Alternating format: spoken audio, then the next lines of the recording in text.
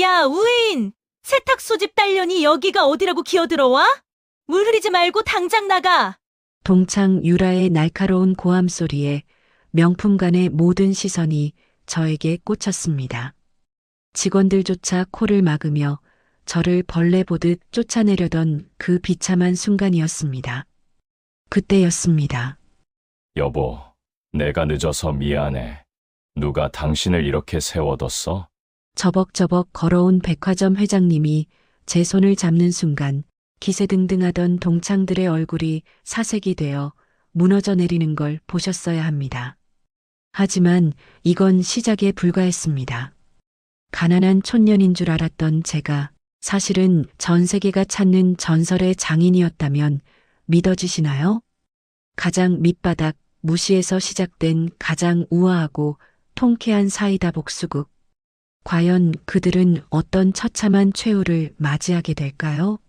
시작하기 전에 무료로 눌러주시는 구독과 좋아요, 알림 설정은 똑순이 사랑방에 큰 힘이 됩니다.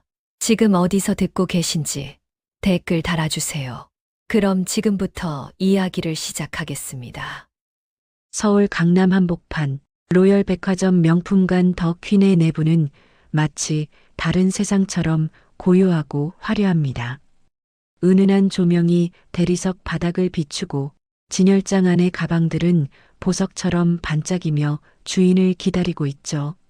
그 숨막히게 고급스러운 공간 한가운데에 전혀 어울리지 않을 것 같은 한 여자가 서 있습니다. 올해로 48살이 된 우혜인입니다. 화장기 없는 맑은 얼굴에 색이 바랜 듯한 무명개량 한복을 입은 우혜인의 모습은 명품관의 세련된 분위기와는 묘하게 겉도는 느낌을 줍니다. 하지만 우혜인의 눈빛만은 진열된 가방 그 어느 것보다 깊고 그윽하게 빛나고 있군요. 우혜인은 진열대 위에 놓인 한정판 악어 가죽 가방을 조심스럽게 들여다봅니다. 가죽의 결이 아니라 그 위에 놓인 아주 작은 자수 문양을 살피고 있는 겁니다.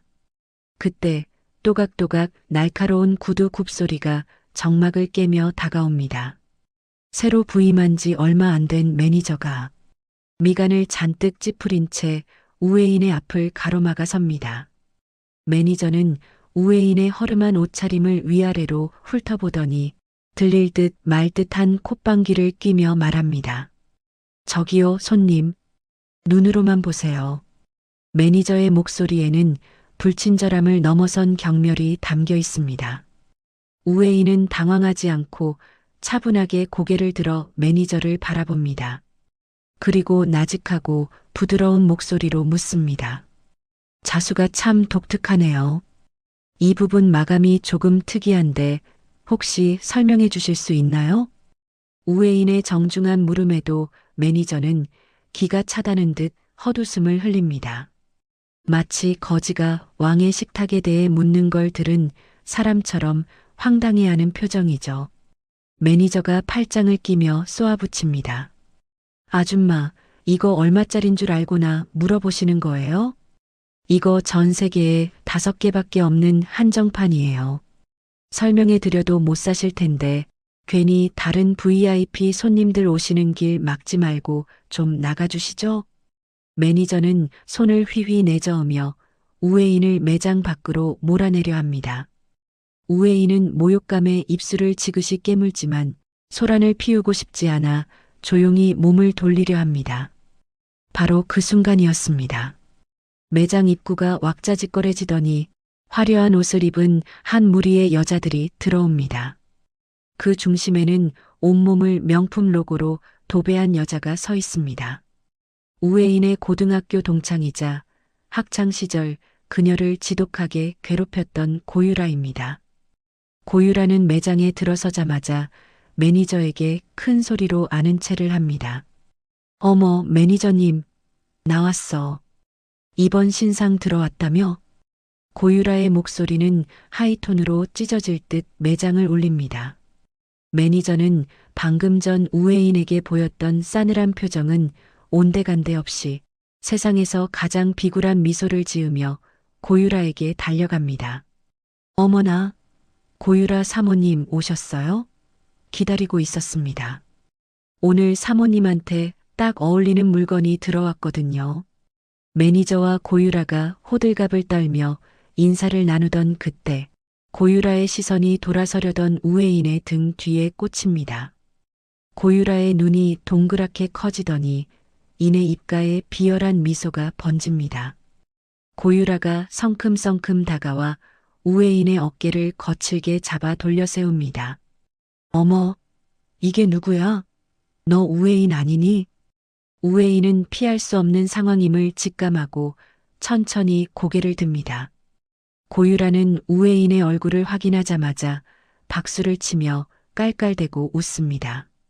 마치 재미있는 동물이라도 발견한 듯한 태도입니다. 고유라가 뒤따라온 추종자들에게 우회인을 가리키며 소리칩니다.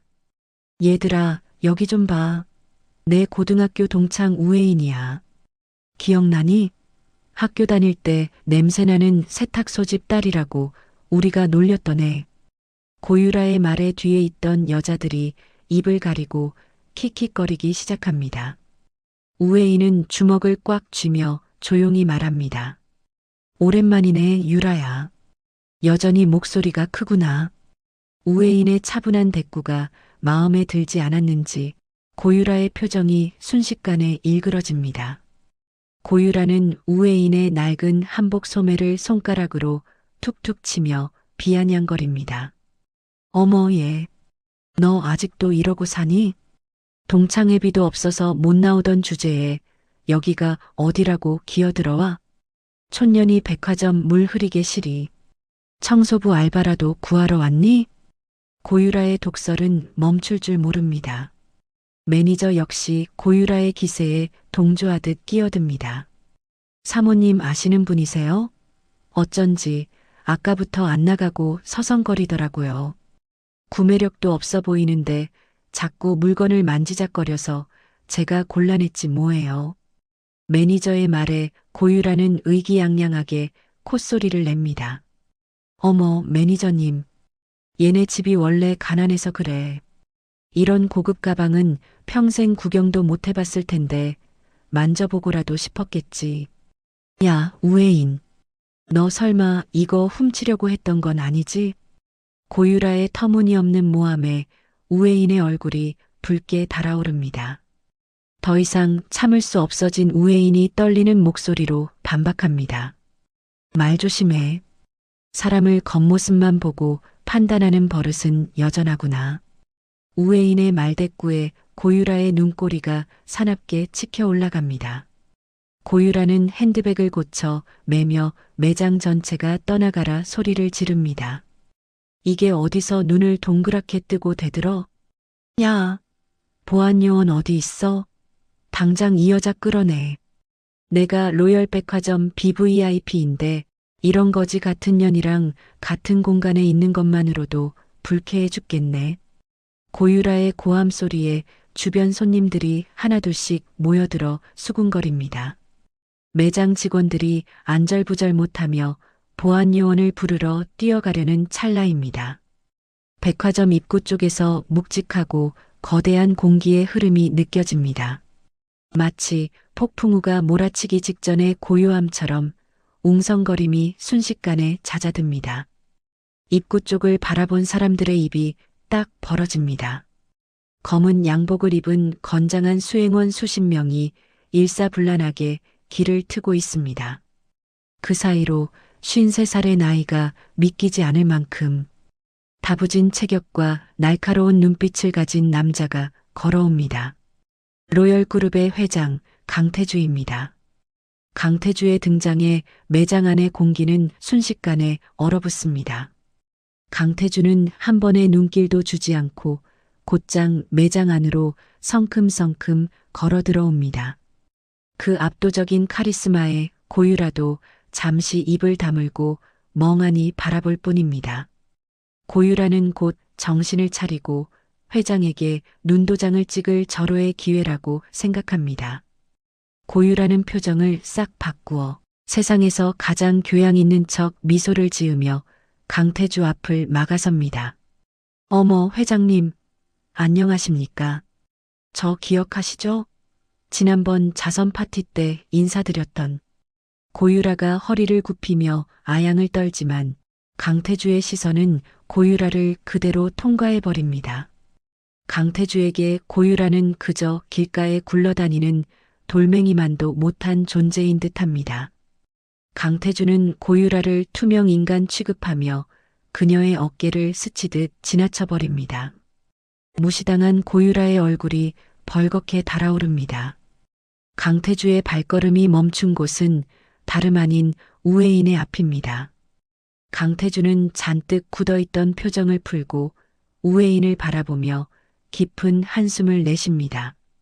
그리고 따뜻하고 굵직한 손으로 우회인의 떨리는 어깨를 감싸 안습니다. 강태주가 우회인의 헝클어진 옷고름을 다정하게 정리해주며 낮고 부드러운 목소리로 말합니다. 여보, 내가 회의가 늦어서 미안해. 많이 기다렸어?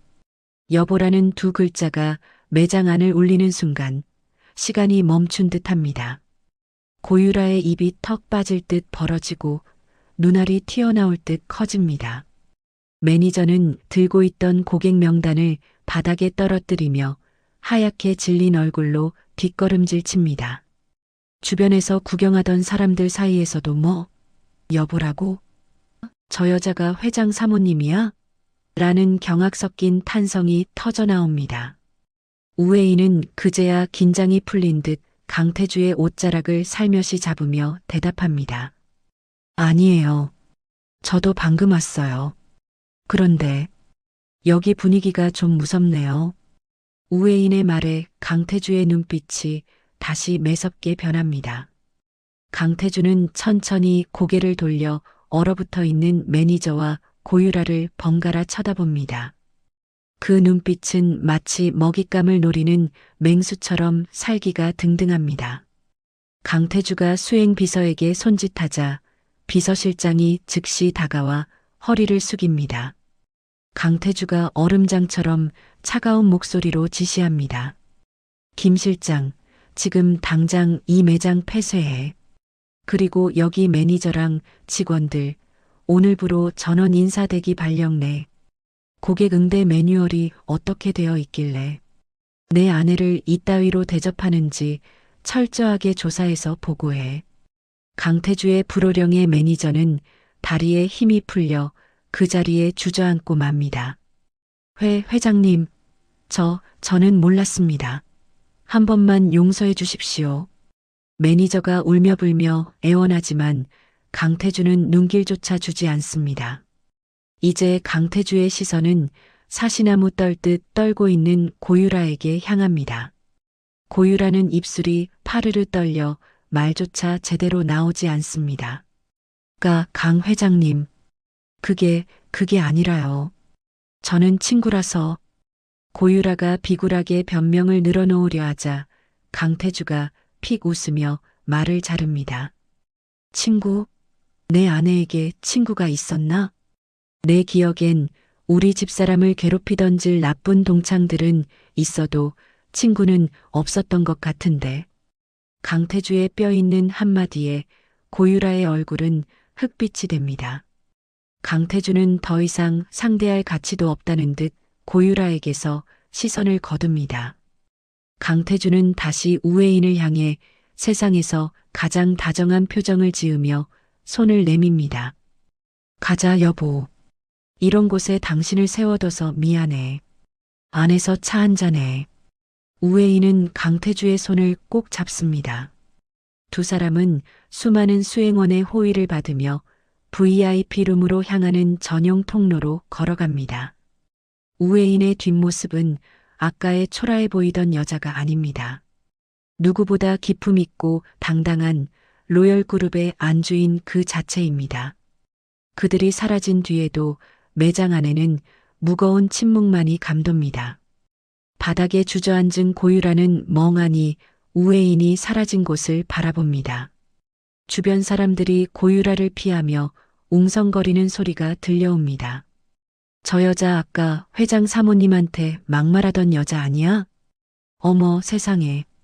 사람을 겉만 보고 무시하더니 꼴 좋다. 완전히 찍혔네. 이제 백화점 못 오는 거 아니야? 사람들의 비웃음 소리가 고유라의 귀에 화살처럼 꽂힙니다. 하지만 이건 앞으로 닥칠 폭풍의 시작에 불과했습니다. 로열 백화점 꼭대기층에 위치한 BVIP 전용 라운지는 고요함 속에 긴장감이 감돌고 있습니다. 우웨이는 최고급 가죽 소파에 앉아 김이 모락모락 피어오르는 찻잔을 손에 쥐고 창밖을 봅니다. 방금 전 매장에서 겪은 소동이 마치 폭풍우가 훑고 지나간 자리처럼 가슴 속에 멍울져 있습니다. 강태주는 그런 아내의 곁으로 다가가 찬바람을 맞은 듯 차가운 우회인의 손을 자기 손안에 가둡니다.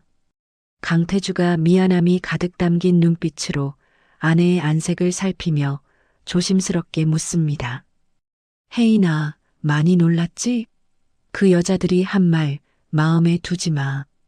당신은 나한테 가장 소중한 사람이야. 우웨이는 남편의 따뜻한 손길에 얼어붙었던 마음이 조금은 녹아내리는 듯 희미하게 미소를 지어 보입니다. 하지만 이내 고개를 저으며 창밖으로 시선을 돌린 채 나직하고 단호한 목소리로 말합니다. 놀라긴 했지만 괜찮아. 유라는 예전부터 사람 아픈 곳만 골라 찌르던 애였으니까. 하지만 태주 씨, 오늘 매장 사람들에게 내린 처분은 조금 과한 것 같아. 일하던 사람들을 하루아침에 내쫓는 건 다시 한 번만 생각해주면 안 될까? 강태주의 눈매가 순식간에 날카로워지며 얼굴에 짙은 그늘이 드리워집니다.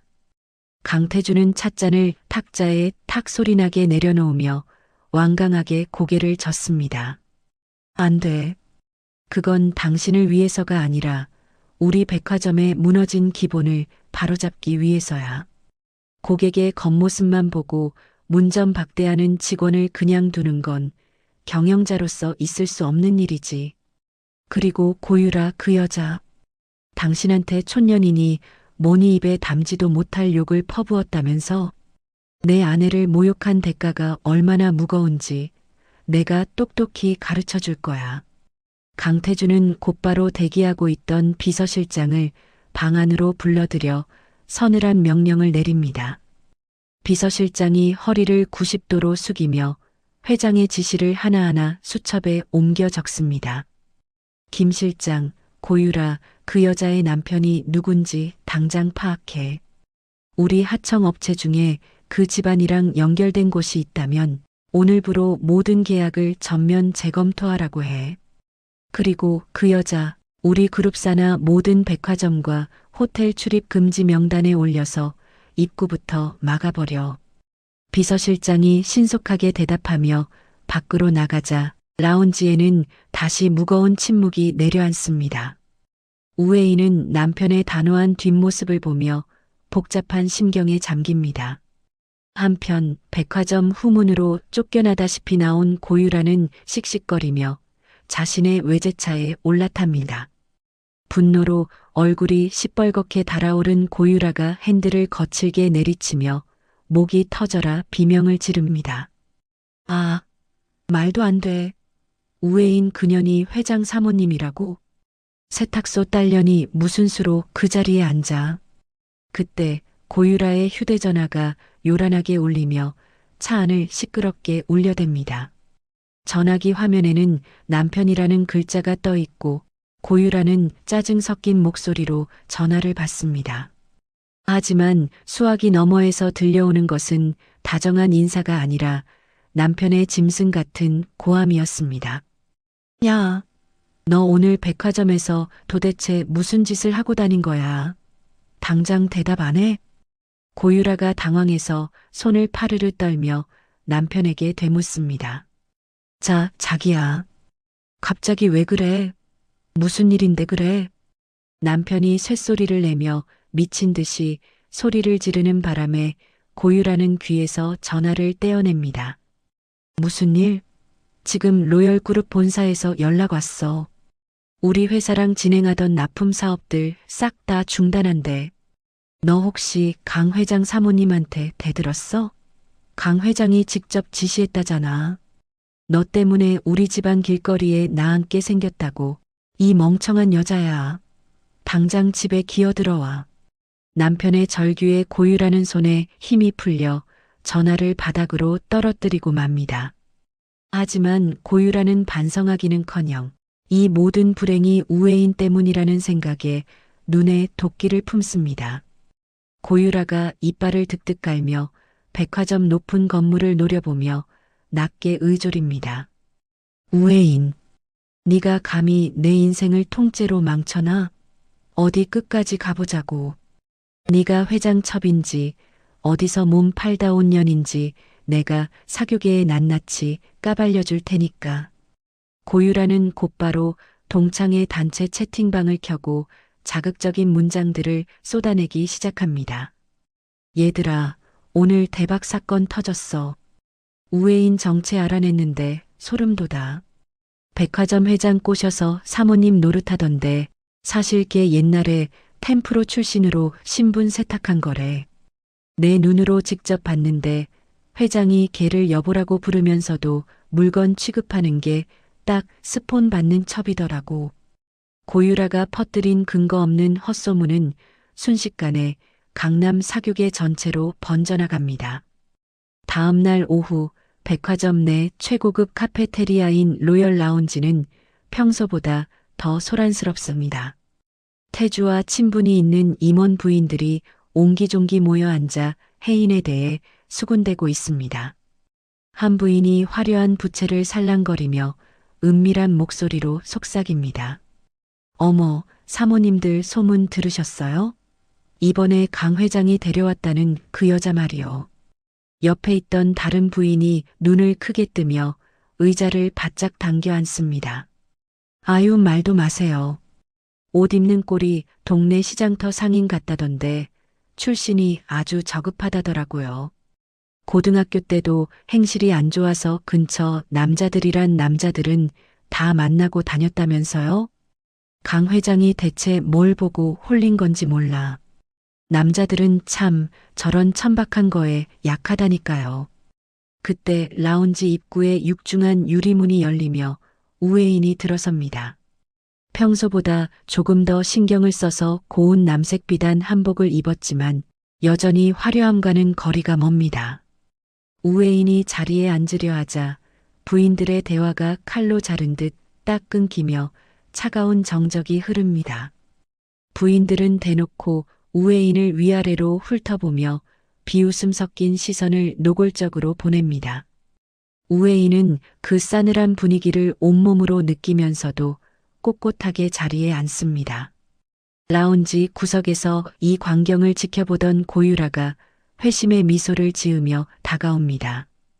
고유라는 마치 우애인을 걱정하는 친구인 척 연기를 하며 큰 소리로 말을 겁니다. 어머, 혜인아.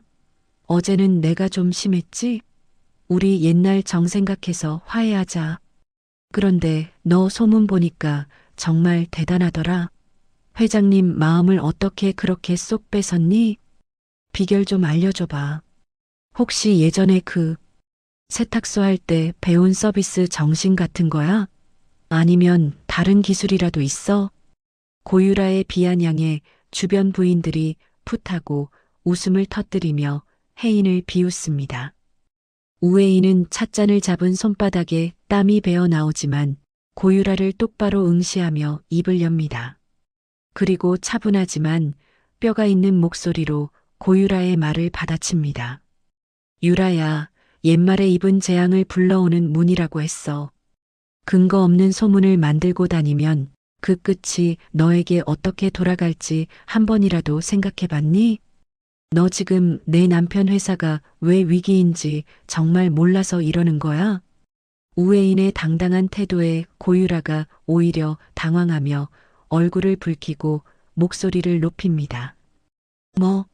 네가 지금 감히 나를 가르치려 들어? 첩 주제에 어디서 훈계질이야. 여기 계신 분들이 너 같은 년 출신 모를 줄 알아? 너 오늘 망신 좀 제대로 당해봐야겠구나. 고유라가 우애인의 소매자락을 붙잡으며 억지로 일으켜 세우려던 그때였습니다. 라운지 입구에 강태주가 나타나 싸늘한 기운을 내뿜으며 걸어옵니다. 강태주의 등장에 수다를 떨던 부인들이 쏘스라치게 놀라며 황급히 자리에서 일어납니다. 강태주는 성큼성큼 다가와 고유라의 손목을 낚아채어 거칠게 쳐내버립니다. 고유라가 비명을 지르며 바닥으로 나동그라집니다. 강태주가 주변 부인들을 하나하나 죽일 듯한 눈빛으로 훑어보며 천천히 입을 뗍니다. 다들 내 아내에게 할 말이 아주 많은 모양이군. 내 아내의 과거가 그렇게 궁금한가? 그럼 나한테 직접 물어보지 그래? 내가 다 대답해 줄 테니. 회장의 서슬 퍼런 기세에 부인들은 고개를 숙인 채 숨소리조차 크게 내지 못합니다. 강태주는 혜인의 어깨를 감싸 안아 자기 품으로 끌어당기며 고유라를 내려다봅니다. 고유라, 내 입에서 나오는 그 지저분한 소문들 전부 기록해서 법적 대응 준비 끝냈어. 조만간 법원에서 출석 요구서 한 장 갈 테니 변호사나 잘 알아보고 있어. 그리고 당신들, 내 아내가 누군지 제대로 알지도 못하면서 함부로 혀를 놀리지 마. 조금 있으면 당신들이 감히 쳐다보지도 못할 뿐이라는 걸 온 세상이 알게 될 테니까. 강태주는 혜인을 데리고 얼어붙은 라운지를 빠져나옵니다. 라운지에 남겨진 사람들은 서로의 눈치만 보며 사색이 되어 벌벌 떨고 있습니다. 태주는 복도를 걸으며 혜인의 손을 꼭 쥐고 다정하게 묻습니다. 혜인아, 저런 속물들 상대하느라 고생 많았어. 손이 왜 이렇게 차가워? 내일 백화점 창립기념 파티. 정말 나갈 수 있겠어? 힘들면 내가 취소해도 돼. 혜인은 잠시 발걸음을 멈추고 남편의 깊은 눈을 뚫어지게 바라봅니다. 그리고 결연한 표정으로 고개를 끄덕이며 힘주어 대답합니다. 아니, 나갈 거야. 이제 더 이상 당신 뒤에 숨어 있고 싶지 않아. 내가 누구인지, 내가 어떤 일을 하는 사람인지 그 사람들에게 똑똑히 보여줄 거야. 태주 씨, 나 끝까지 믿어줄 거지? 나 정말 잘 해내고 싶어. 태주는 혜인의 굳은 결심을 확인하고는 대견하다는 듯 미소 짓습니다. 당연하지. 당신은 내가 아는 가장 아름답고 실력 있는 장인이야. 내일 기대해도 좋아. 당신의 진가를 알게 되면 세상이 깜짝 놀랄 테니까. 태주의 응원에 혜인은 마음을 다잡으며 파티 준비를 시작합니다. 하지만 그 시각 고유라는 파티장에서 혜인을 완전히 무너뜨릴 최후의 비책을 준비하고 있었습니다. 운명의 백화점 창립기념 파티가 서서히 다가오고 있었습니다. 로열 백화점 메인홀은 창립기념 파티를 축하하는 화려한 수만 송이의 생화와 웅장한 오케스트라 선율로 가득 차 있습니다. 대한민국 정계와 재계의 거물들이 한자리에 모인 이곳은 겉으로는 우아한 샴페인 잔이 오가지만 속으로는 온갖 시기와 추문이 소용돌이치는 전쟁터와 같습니다. 은은한 조명이 대리석 바닥을 비추고 수천만 원을 호가하는 드레스와 보석들이 조명 아래서 눈부시게 번뜩이며 주인들의 탐욕을 대변하고 있죠. 우웨이는 자신이 직접 수개월 동안 밤을 지새우며 자수를 놓아 만든 은은한 진주빛깔의 한복 드레스를 입고 강태주의 팔짱을 낀 채 파티장에 들어섭니다. 하지만 입구에 들어서는 순간 파티장의 공기는 약속이라도 한 듯 싸늘하게 식어버리고 사람들의 눈동자에는 노골적인 경멸과 호기심이 뒤섞여 서립니다. 고유라가 어젯밤부터 사교계 단체 대화방에 뿌려댄 세탁 소집 딸의 신분 세탁과 회장의 숨겨진 첩이라는 더러운 소문이 이미 파티장 전체를 집어삼킨 탓입니다. 강태주는 곁에서 아내의 손이 미세하게 떨리는 것을 느끼고는 그녀의 손을 더욱 꽉 쥐어주며 꼿꼿하게 허리를 펴고 무대 중앙으로 향합니다. 그는 주변의 시선을 하나하나 짓밟듯 강렬한 눈빛을 쏘아보내며 혜인의 곁을 지키는 든든한 성벽이 되어주고 있습니다. 그때 파티장에 초청받지 못한 고유라가 남편의 거래처 지인에게 매달려 기어코 행사장 구석 테이블에 자리를 잡고 앉아 있는 모습이 보입니다. 고유라는 혜인의 옷차림을 머리부터 발끝까지 훑어보더니 들고 있던 샴페인 잔을 흔들며 주변 사모님들에게 들으라는 듯 악에 섞인 큰 소리로 비아냥거립니다. 어머머, 저거 좀 봐요. 세상에, 파티장에 웬 하얀 소복을 입고 나타났대요? 정말 눈 뜨고 못 봐주겠네. 세탁소집 딸이라 그런지 평생 남의 옷이나 다리다가 안목이 딱 저 수준에서 멈췄나 봐요. 저런 촌스러운 옷을 입고 감히 회장 사모님 대접을 받으려 하다니 로열백화점 명성이 아주 바닥을 치겠어요. 그치? 고유라의 말이 끝나기가 무섭게 주변에 모여있던 속물들이 입을 가리고 킥킥대며 혜인을 향해 손가락질을 해댑니다. 한 사모님이 고유라의 어깨를 치며 깔깔대고 웃습니다. 그러게 말이에요. 유라 씨 말이 맞네. 자리가 사람을 만든다더니 근본은 속일 수가 없는 법인가 봐요. 강태주가 분노로 얼굴이 붉게 달아올라 고유라 쪽으로 몸을 돌려 당장이라도 응징하려던 바로 그 찰나였습니다. 파티장 입구가 갑자기 폭풍이라도 몰아치듯 소란스러워지더니 검은색 긴 코트를 어깨에 걸친 은발의 외국인 신사가 수행원들을 밀치듯 들어옵니다. 오늘 행사의 주인공이자 전 세계 패션계가 신처럼 떠받드는 거장, 58살의 앙리 드샹입니다. 앙리는 주최 측 임원들이 굽신거리며 건네는 환영의 악수조차 무시한 채 무언가를 간절히 찾는 듯 날카로운 눈빛으로 홀 전체를 훑어내립니다. 앙리의 시선이 무대 중앙 조명 아래 서 있는 우회인에게 꽂히는 순간 그의 거침없던 발걸음이 돌처럼 우뚝 멈춰섭니다. 앙리는 마치 거룩한 성물이라도 발견한 신도처럼 홀린 듯 혜인에게 성큼성큼 다가오더니 그녀가 입은 한복 드레스 소매 끝단을 떨리는 손으로 만져봅니다.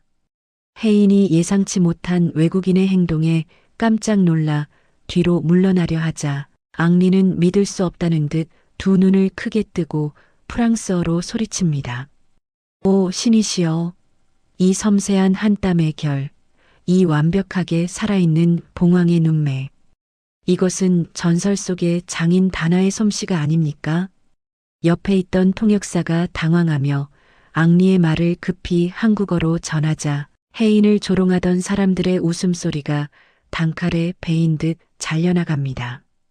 앙리는 혜인 앞에 자리를 잡고 서더니 수백 명의 눈이 지켜보는 가운데 서서히 한쪽 무릎을 바닥에 꿇고 혜인의 손등에 정중히 입을 맞춥니다. 앙리는 혜인을 경외심 가득한 눈으로 우러러보며 감격에 겨워 울먹이는 목소리로 다시 말합니다. 선생님, 지난 5년 동안 당신의 작품을 단 한 점이라도 구하기 위해 온 유럽을 미친 듯이 헤맸습니다. 이름도 얼굴도 숨긴 채 베일에 쌓여있던 천재 아티스트를 이곳 한국에서 뵙게 될 줄이야 제 인생 최고의 행운이자 영광입니다. 장내에는 바늘 하나 떨어지는 소리가 들릴 만큼 무겁고 차가운 정적이 내려앉습니다. 조금 전까지 혜인을 첩이라 부르며 무시하던 사모님들은 사색이 되어 서로의 눈치만 살피며 어쩔 줄을 몰라 합니다. 방금까지 고유라와 맞장구를 치던 사모님은 슬그머니 뒷걸음질을 치며 시선을 피하기 바쁩니다. 특히 구석에서 비웃음을 날리던 고유라는 손에 들고 있던 샴페인 잔을 바닥에 떨어뜨려 깨뜨리며 넋이 나간 표정으로 중얼거립니다. 말도 안 돼. 장인? 전설의 장인이라고? 앙리가 나이가 들어서 노망이라도 난 거 아니야? 고유라는 도저히 현실을 받아들이지 못하고 자리에서 벌떡 일어나 혜인 쪽으로 달려오며 악을 씁니다. 그녀의 얼굴은 질투와 분노로 일그러져 귀신 같은 형상을 하고 있습니다. 앙리 선생님, 속지 마세요. 이 여자는 그냥 동네 세탁소집 딸년이에요. 저 옷도 분명히 어디 시장 바닥에서 주워 입은 가짜란 말이에요. 당장 이 사기꾼 여자를 고소하세요. 고유라의 갑작스러운 난동에 앙리의 미간이 깊게 패이며 얼굴이 험악하게 일그러집니다. 앙리는 통역사도 거치지 않고 고유라를 향해 서툰 한국어로 단호하고 묵직하게 일갈합니다. 그의 목소리는 파티장 천장을 울릴 만큼 크고 위엄이 있습니다. 입 닥치세요. 당신 같은 저급한 안목을 가진 사람이 감히 이 위대한 예술을 모욕하다니. 당신 눈에는 이 신성한 자수가 그저 실 조각으로 보입니까? 그렇다면 당신 영혼이 바로 쓰레기인 겁니다. 천박한 입으로 위대한 거장을 더럽히지 말고 당장 내 눈앞에서 사라지세요. 앙리의 불호령에 고유라는 뺨이라도 한 대 맞은 듯 멍해진 채 입을 벌리고 바들바들 떨며 서 있습니다. 강태주는 기회를 놓치지 않고 차가운 미소를 지으며 혜인의 어깨를 감싸 안고 한 걸음 앞으로 나섭니다. 앙리 선생님, 귀한 손님을 몰라보고 무례하게 지저대는 자가 있어 송구할 따름입니다. 이쪽은 제 아내이자 당신이 그토록 찾으시던 작가다나 우회인이 맞습니다. 제 아내는 자신의 배경이 아닌 오직 실력으로 평가받고 싶어 지금까지 정체를 숨겨왔던 것입니다. 이제야 그 베일을 벗게 되었군요. 태주의 공식적인 선언에 파티장은 순식간에 벌집을 건드린 듯 발칵 뒤집히고 기자들의 플래시가 혜인을 향해 폭죽처럼 터져 나옵니다. 고유라는 비명을 지르며 발악하지만 이미 달려온 보안 요원들에게 양팔을 붙잡힌 채 파티장 밖으로 비참하게 질질 끌려나갑니다. 바닥에 흩어진 샴페인 조각들이 고유라의 구두에 밟히며 날카로운 소리를 냅니다. 이거 나, 이거 놓으라고. 우회인, 너 내가 가만 안 둘 거야. 이건 다 조작이야. 사기라고. 유라의 비명은 다시 연주되는 웅장한 오케스트라 소리에 묻혀 사라지고 파티장의 주인공은 이제 명확해졌습니다. 앙리는 혜인의 손을 놓지 않은 채 마치 보물을 잃어버릴까 걱정하는 아이 같은 간절한 눈빛으로 협업을 제안하기 시작합니다. 선생님, 제발 부탁입니다. 제 다음 파리 오트쿠티르 컬렉션의 메인 의상을 맡아주십시오. 당신의 자수가 없다면 제 옷은 영혼이 없는 껍데기에 불과합니다. 전 세계가 당신을 기다리고 있습니다. 당신이 원하는 조건은 무엇이든 다 들어드리겠습니다. 오직 당신만이 가능합니다. 혜인은 태주의 든든한 품에 기대어 자신을 우러러보며 찬사를 보내는 수많은 시선을 정면으로 마주합니다. 조금 전까지 자신을 벌레 보듯 하던 사람들의 눈빛이 이제는 선망과 두려움으로 바뀌어 있습니다. 혜인은 떨리는 숨을 천천히 몰아쉬며 하지만 그 어느 때보다 단단하고 기품 있는 목소리로 대답합니다. 앙리 선생님, 과분한 찬사와 제안은 정말 감사드립니다. 하지만 저는 제 이름을 건 브랜드를 이곳 한국에서 먼저 시작하고 싶습니다. 남편의 아내로서 받는 대우가 아닌 자수장인 우회인으로서 제 실력만으로 제 길을 걷고 싶어요. 제 자수가 정말 세계적인 가치가 있다면 제가 어디에 있든 세상이 저를 찾아오게 만들겠습니다. 그것이 제가 세상을 향해 증명하고 싶은 제 방식입니다. 혜인의 당당하고 자부심 넘치는 거절에 앙리는 오히려 더 큰 감동을 받은 듯 고개를 깊게 숙여 최고의 경의를 표합니다. 그는 혜인의 손을 잡고 홀 중앙으로 이끌며 사람들에게 소리칩니다. 여러분, 오늘 우리는 새로운 전설의 탄생을 목격했습니다. 바로 우회인 선생님입니다. 이제 파티장의 모든 수군거림은 뜨거운 찬사와 환호로 바뀌고 혜인을 무시하던 사모님들은 줄을 서서 그녀에게 눈도장을 찍으려 안달이 났습니다. 어떤 사모님은 벌써부터 혜인의 손을 잡으려 애쓰며 아첨을 떨고 있군요. 하지만 혜인은 그들의 위선적인 미소를 뒤로 한 채 자신을 끝까지 믿어준 태주와 함께 새로운 운명을 향해 힘찬 발걸음을 내딛습니다. 잿더미 같던 비참한 과거와 고통스러웠던 조롱을 지나 우회인이라는 이름이 세상이라는 무대 위에 화려하게 피어나는 순간이었습니다. 파티장의 조명은 이제 오직 한 사람, 우회인만을 비추고 있습니다. 파티장의 화려한 조명과 사람들의 찬사가 썰물처럼 빠져나간 뒤 우회인의 앞에는 현실이라는 거대한 벽이 다시금 솟아올랐습니다. 브랜드 단화를 세상에 내놓겠다는 선언은 화려했지만 장인의 손끝과 사업가의 머리는 전혀 다른 영역의 문제였죠. 우회인은 강태주가 마련해준 조용한 작업실에서 밤낮을 가리지 않고 바늘을 잡았지만 마음 한구석은 늘 허전했습니다. 숙련된 기술자들은 우회인의 까다로운 전통 방식을 이해하지 못했고 조금만 힘들어도 효율이 떨어진다며 투덜대다 작업실을 떠나기 일쑤였죠. 우회인은 텅 빈 작업실에 홀로 앉아 자신의 고집이 브랜드 런칭을 망치고 있는 건 아닌지 깊은 고민에 빠졌습니다. 선생님, 이 방식은 도저히 시간이 안 맞아요. 요즘 누가 이렇게 한 땀 한 땀 손으로 다 기워요? 그냥 기계로 밀어도 손님들은 모른다니까요. 작업실에서 일하던 숙련된 기술자가 짜증 섞인 투로 바늘을 내려놓으며 말했습니다. 우회인은 가공되지 않은 원단을 부드럽게 쓰다듬으며 조용히 대답했습니다. 기계는 원단의 결을 숨쉬게 하지 못해요. 사람 몸에 직접 닿는 건데 만드는 사람 마음이 안 담기면 그건 그냥 천조각일 뿐이에요.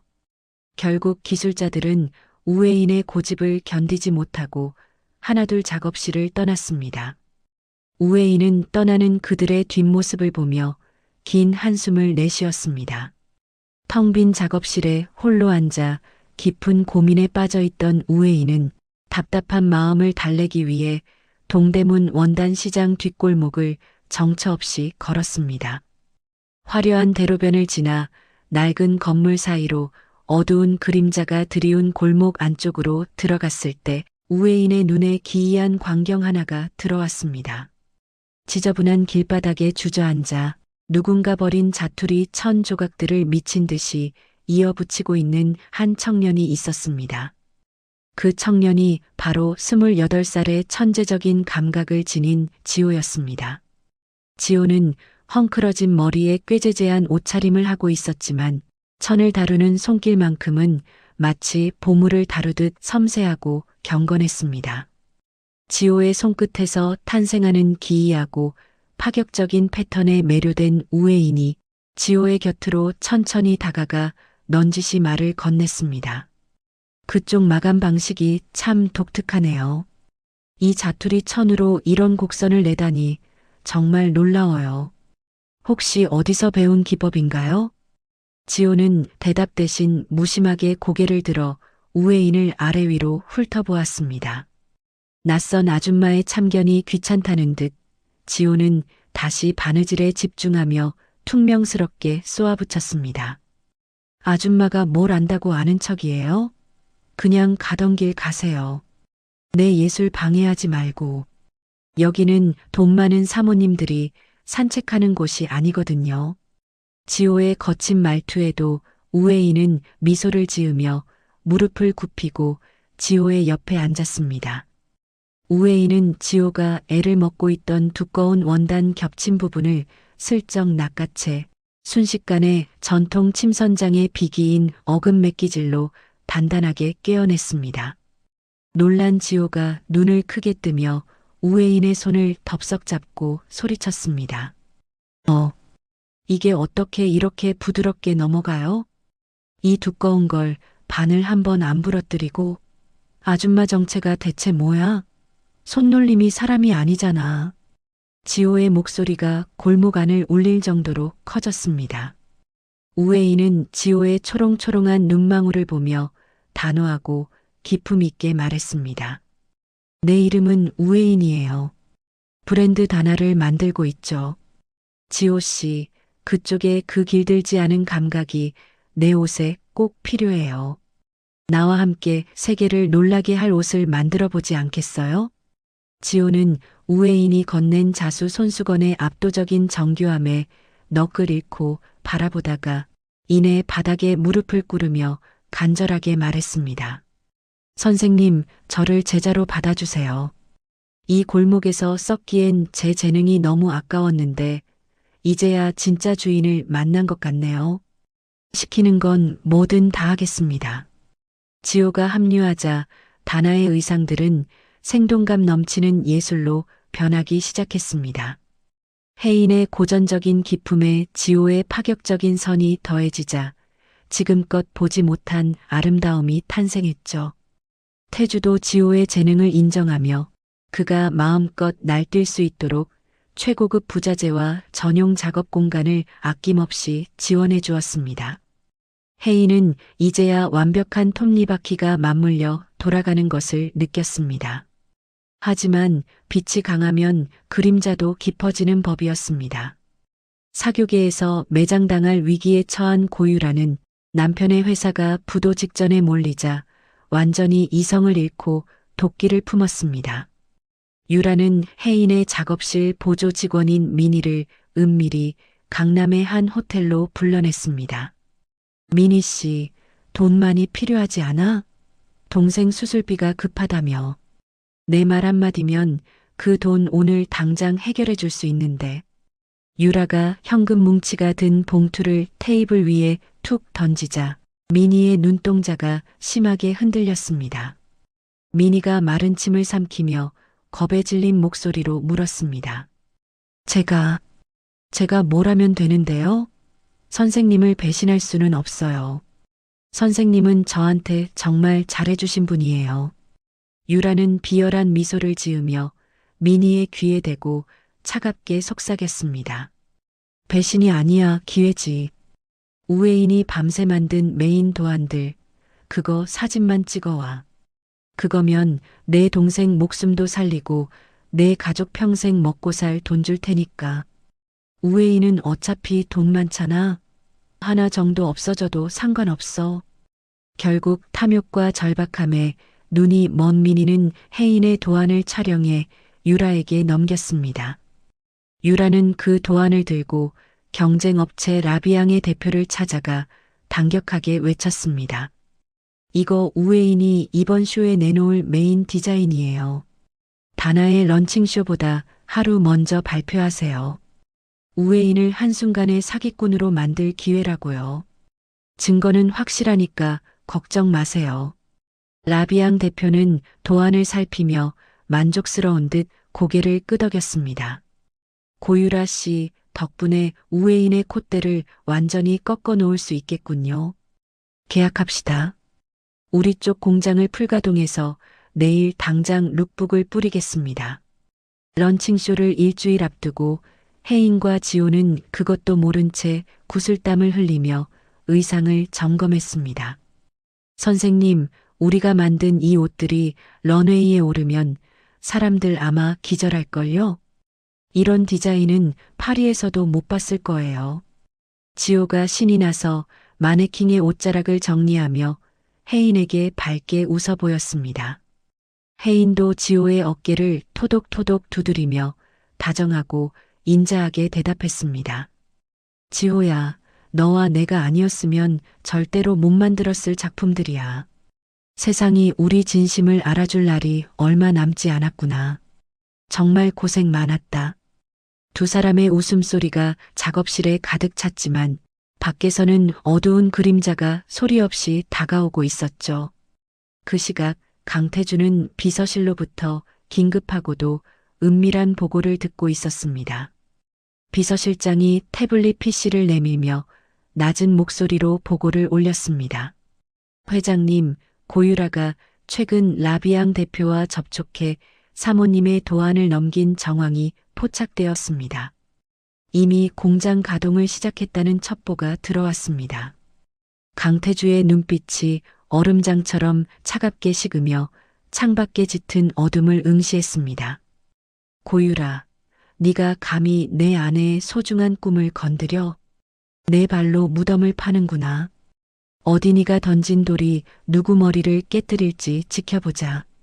강태주는 혜인이 상처받지 않도록 조용히 반격의 칼날을 갈기 시작했습니다. 김 실장, 라비앙 쪽 원단 공급 처랑 유통망 당장 차단해. 그리고 우리 쪽 디자인 보안팀 가동해서 유출 경로 확실히 파악해. 쥐새끼가 누구인지 당장 잡아내란 말이야. 강태주의 명령이 떨어지자 비서실은 일사불란하게 움직이기 시작했습니다. 한편 우회인은 지호와 함께 마지막 피날레 의상의 수놓을 실을 고르고 있었습니다. 지호야, 이 실은 빛의 방향에 따라 색이 변한단다. 우리 인생도 지금은 어두워 보이지만 빛을 받으면 찬란해질 거야. 이 옷이 그 빛이 되어줄 거야. 혜인의 말에 지호는 가슴 뭉클한 표정으로 고개를 끄덕이며 다시 바늘을 잡았습니다. 작업실 창밖으로는 어느덧 새벽 공기가 차갑게 내려앉고 있었습니다. 라비앙의 비밀 공장에서는 혜인의 디자인을 카피한 저급한 옷들이 쏟아져 나오고 있었죠. 유라는 자신의 화장대 앞에 앉아 혜인의 몰락을 상상하며 광기 어린 웃음을 터뜨렸습니다. 우혜인, 네가 아무리 발버둥 쳐봐야 넌 결국 세탁소 딸년일 뿐이야. 내일이면 넌 온 세상의 비난을 받으며 쓰레기통으로 처박히게 될 거다. 회장 사모님? 꿈깨라고 해. 절망 속에서 만난 지호라는 희망이 닥쳐올 거센 파도를 막아낼 수 있을지 운명의 시계는 런칭쇼를 향해 잔인하게 흐르고 있었습니다. 서울 디자인의 심장부라 불리는 DDP홀 앞은 이른 아침부터 몰려든 취재진과 전 세계 패션 관계자들로 인산인해를 이루었습니다. 거대한 은빛 곡선의 건물이 아침 햇살을 받아 눈부시게 빛나고 입구마다 배치된 보안 요원들이 삼엄한 경비를 펼치며 긴장감을 더하고 있었죠. 은은한 달빛을 닮은 브랜드 다나의 로고가 건물 전면의 대형 전광판을 가득 채우고 웅장한 국악선율이 리허설 현장을 묵직하게 울리고 있었습니다. 하지만 화려한 겉모습과 달리 무대 뒤 대기실의 분위기는 얼음장처럼 차갑게 얼어붙어 발을 들이기조차 무서울 정도였습니다. 지호가 땀범벅이 된 얼굴로 태블릿을 든 채 혜인에게 달려와 숨을 헐떡이며 다급하게 외쳤습니다. 선생님, 큰일 났어요. 지금 당장 이것 좀 보세요. 라비앙 이 나쁜 놈들이 30분 전에 자기들 신상품 화보를 전 세계에 기습적으로 공개했어요. 지호의 손에 들린 화면 속에는 우혜인과 지호가 피땀 흘려 만든 메인 의상들과 소름 끼칠 정도로 흡사한 옷들이 줄지어 올라와 있었습니다. 단순히 비슷한 수준이 아니라 혜인이 밤새 고민하며 수정했던 독특한 곡선과 지호의 파격적인 절개선이 그대로 복사된 듯 옮겨져 있었죠. 대기실에 있던 스태프들은 사색이 되어 서로의 눈치만 살피며 술렁이기 시작했고 입구 쪽에서는 벌써 소문을 들은 기자들이 해명을 요구하며 문을 쾅쾅 두드리고 있었습니다. 우혜인은 떨리는 손으로 화면을 넘겨보다가 이내 심장을 쥐어짜는 듯한 통증에 가슴을 부여잡고 비틀거리며 낡은 의자에 주저앉았습니다. 어떻게 우리만 아는 이 디자인이 저기에 있을 수 있니? 지호야, 이건 정말 말도 안 되는 일이야. 내 영혼을 갈아 넣은 옷들이 저렇게 싸구려 원단에 입혀져서 세상에 먼저 나오다니. 도대체 누가, 어떤 쥐새끼가 우리 노력을 이렇게 짓밟은 거니? 혜인의 눈에서 굵은 눈물이 뚝 떨어져 무릎 위에 놓인 고운 비단 위를 속절없이 적셨습니다.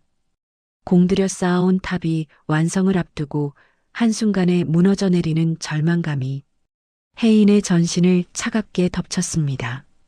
그때 강태주 회장이 수행원들을 물리치고 굳건한 걸음으로 대기실 안으로 들어와 혜인의 떨리는 어깨를 단단히 감싸 안았습니다. 태주는 사색이 된 스태프들을 매서운 눈빛으로 한번 훑어보며 장례를 정돈한 뒤 낮은 목소리로 혜인을 다독였습니다. 혜인아, 내 말 들어. 정신 차려야 해. 지금 밖은 너를 사기꾼으로 만들려는 하이에나들로 가득해. 쇼를 연기할까? 내가 지금 당장 손 써서 공식적으로 중단시킬 수도 있어. 당신이 사람들 입에 오르내리며 상처받는 걸 더는 보고 싶지 않아. 내가 다 책임질게. 태주의 제안에 혜인은 잠시 눈을 감고 거친 숨을 몰아쉬며 마음을 가라앉히려 애썼습니다. 하지만 이내 눈을 뜬 혜인의 눈동자에는 슬픔 대신 서슬퍼런 투지가 서려 활활 타오르기 시작했습니다. 혜인은 자리에서 벌떡 일어나 벽에 걸린 은빛 가위를 단호하게 집어들며 지호에게 명령했습니다. 아니, 태주 씨. 쇼는 예정대로 진행할 거야. 여기서 도망치면 정말로 저들이 바라는 대로 사기꾼이 되는 거야. 지호야, 당장 작업하고 남은 자투리 원단이랑 실들 전부 가져와. 한 조각도 남기지 말고다. 라비앙 놈들이 내 도안의 껍데기는 훔쳐갔을지 몰라도 내 손끝에 담긴 진심과 즉흥적인 감각까지는 절대로 가져가지 못했어. 지금부터 이 옷들을 현장에서 다시 해체하고 재구성한다. 우리가 준비한 원래 디자인보다 더 압도적인 걸 보여주겠어. 혜인의 서슬퍼런 선언에 지호는 전율을 느끼며 고개를 세게 끄덕였고 두 사람은 미친 듯이 바늘과 가위를 움직이기 시작했습니다. 쇼 시작을 알리는 종소리가 울리기 직전까지 대기실에서는 천을 찍고 다시 꿰매며 형태를 뒤바꾸는 치열한 사투가 벌어졌습니다. 혜인의 손가락 끝에는 바늘에 여러 번 찔린 핏방울이 맺혔지만 혜인은 통증조차 잊은 듯 멈추지 않았습니다. 지호 역시 혜인의 지시에 따라 옷의 균형을 무너뜨리며 새로운 미학을 창조해 나갔습니다. 드디어 객석의 모든 불이 꺼지고 몽환적인 국악 크로스오버 선율이 홀 전체를 안개처럼 휘감았습니다. 앙리 드샹을 비롯한 전 세계 바이어들과 안목 높은 평론가들이 숨을 죽인 가운데 첫 번째 모델이 강렬한 조명을 받으며 런웨이로 걸어 나왔습니다. 사람들은 라비앙의 화보에서 본 디자인을 예상하며 비난할 준비를 하고 있었으나 무대 위에 나타난 옷들은 차원이 달랐습니다. 혜인이 현장에서 과감하게 덧붙인 비대칭 자수와 지호가 파격적으로 커팅한 선들이 조화되어 마치 살아 움직이는 전통 수묵화가 런웨이 위에서 춤을 추는 듯한 신비로운 분위기를 자아내고 있었죠.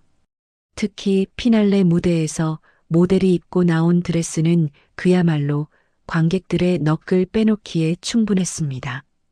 혜인이 즉석에서 붉은 실로 촘촘하게 수놓은 입체적인 꽃문양이 강렬한 조명을 받을 때마다 실제 불꽃처럼 화려하게 타올랐습니다. 객석 곳곳에서는 낮은 탄성이 터져나왔고 깐깐하기로 소문난 앙리 드샹은 입을 다물지 못한 채 자리에서 일어나 박수를 치기 시작했습니다. 그가 박수를 치자 얼어붙어 있던 관객들도 하나둘 일어났고 홀은 이내 떠나갈 듯한 기립박수와 환호성으로 가득 찼습니다. 혜인은 지호의 손을 꼭 잡고 무대 위로 올라와 고개를 깊게 숙여 관객들에게 인사했습니다.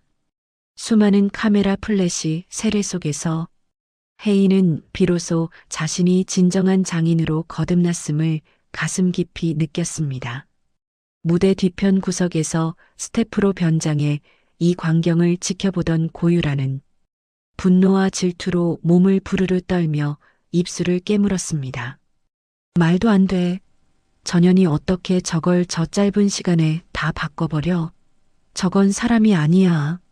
내가 넘겨준 도안대로라면 지금쯤 저 무대 위에서 사기꾼 소리를 들으며 비참하게 울고 있어야 하는데 왜 다들 저 세탁소 딸년한테 미친 듯이 박수를 치는 거야. 세상이 미쳤어. 유라는 질투심에 눈이 멀어 품 안에서 미리 준비한 검은 오물이 가득 든 병을 꺼내 들었습니다. 유라가 무대 중앙에 선 혜인을 향해 오물을 던지려던 찰나 지호가 날카로운 눈미로 유라의 손목을 강하게 낚아챘습니다. 지호가 차가운 표정으로 유라를 쏘아보며 뼈가 있는 목소리로 낮게 의조렸습니다. 당신 같은 인간이 더럽힐 수 있는 무대가 아니야. 곱게 나가지 그래. 더 이상 스스로를 비참하게 만들지 말고 말이야. 이 지독한 스토커 같은 아줌마야. 지호의 경고와 함께 미리 대기하던 태주의 경호원들이 순식간에 유라를 에워싸고 밖으로 조용히 끌어냈습니다. 유라는 비명을 지르며 발악했지만 화려한 조명과 터져나오는 박수 소리에 묻혀 누구의 귀에도 닿지 않았죠. 무대 위로 올라온 앙리 드샹은 혜인에게 커다란 장미 꽃다발을 건네며 감격에 찬 목소리로 외쳤습니다. 우에인 선생님, 이것은 단순한 패션쇼가 아니라 인류의 소중한 예술적 유산입니다. 라비앙의 가짜 조각들은 이제 제 머릿속에서 기억조차 나지 않는군요.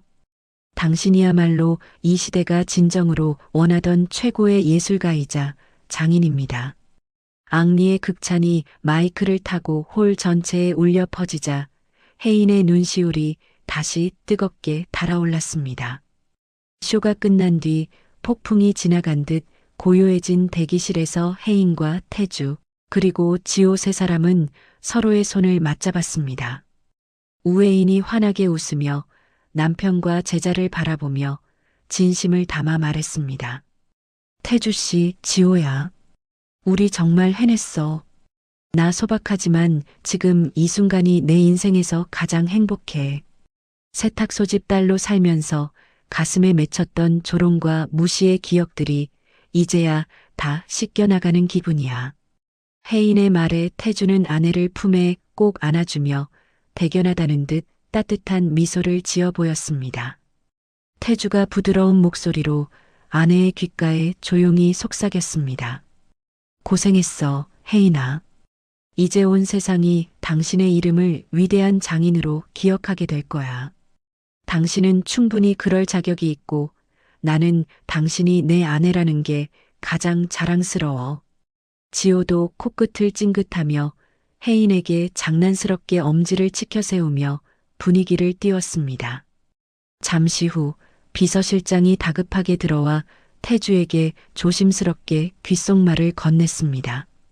보고를 듣는 태주의 표정이 순식간에 칼날처럼 차갑게 굳어갔습니다.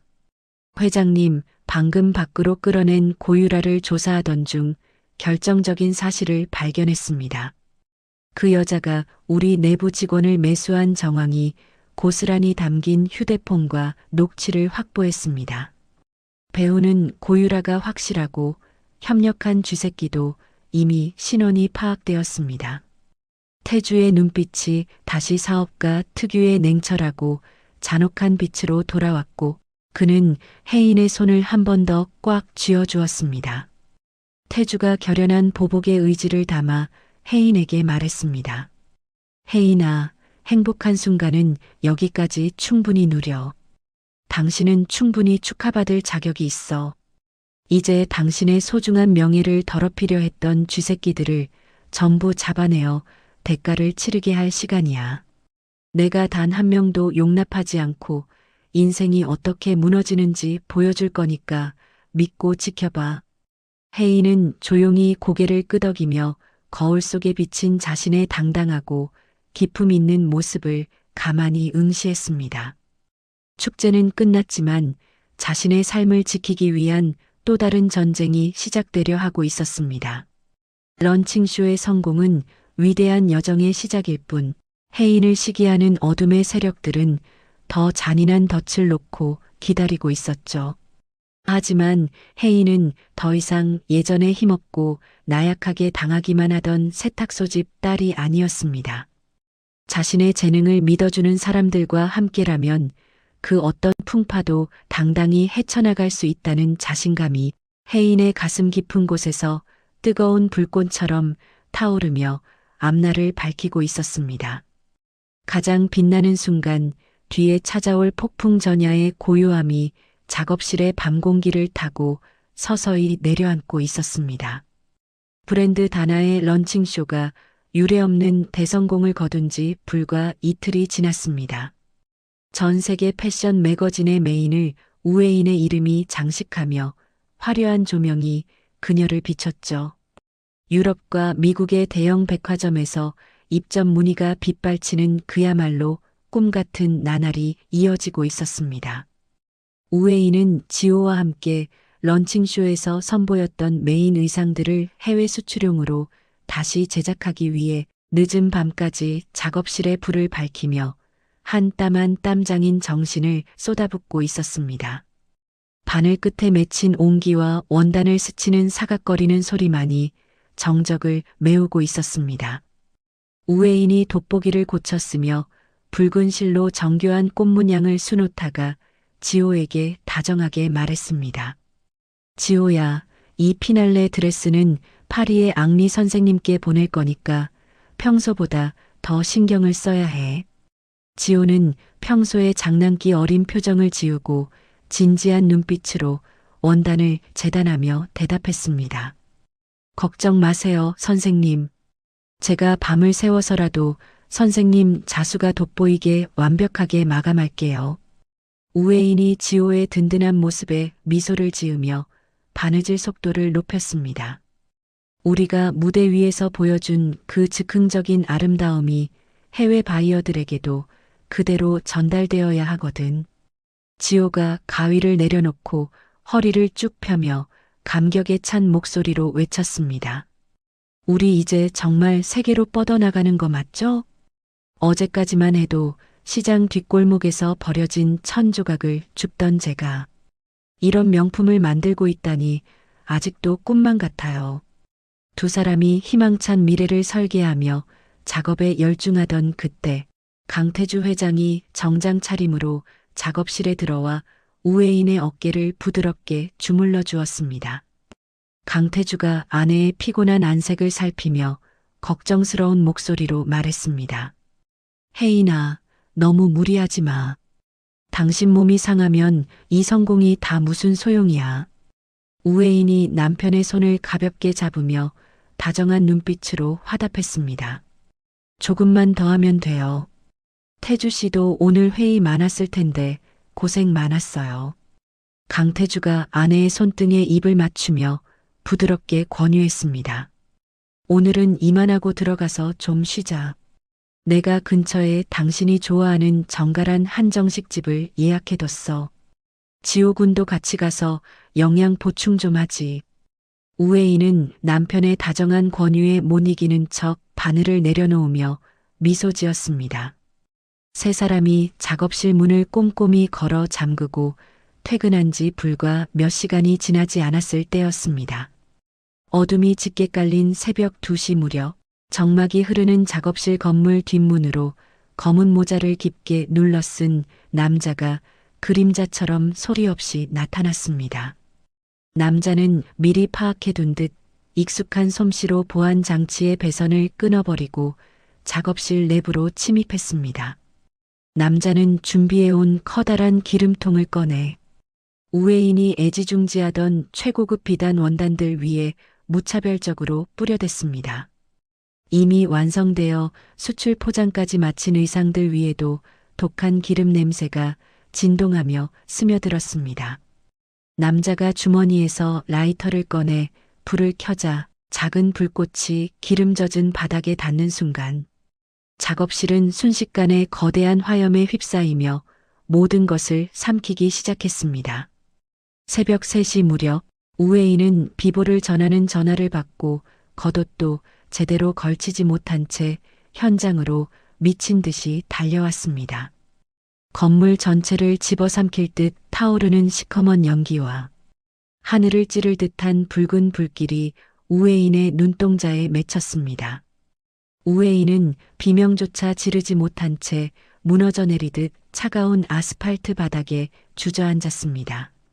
우회인이 타오르는 불길을 향해 손을 뻗으며 오열 섞인 목소리로 울부짖었습니다. 안 돼. 내 옷들이 저기 있는데.